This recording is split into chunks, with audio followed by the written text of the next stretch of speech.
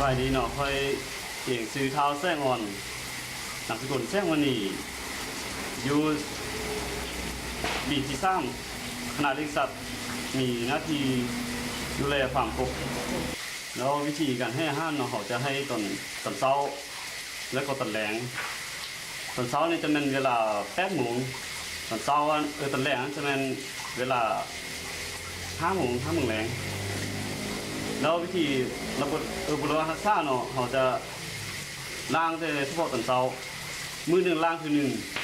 ล้างแต่ตอนเช้าแล้ววิธีการเปลี่ยนน้ำเนาะจะเปลี่ยนแล้ววิธีเอาน้ำเข้าเนาะน้ำเข้าเขาอย่างนั้นก็พอดีพอพบดีจับถ้าถึงพบน้ำเขาไล่ก็พอดีเขาไล่แล้วกบมันจะลำบากแล้ววิธีการคัดเลือกเขาจะเลือกว่าพ่อพันธุ์แม่พันธุ์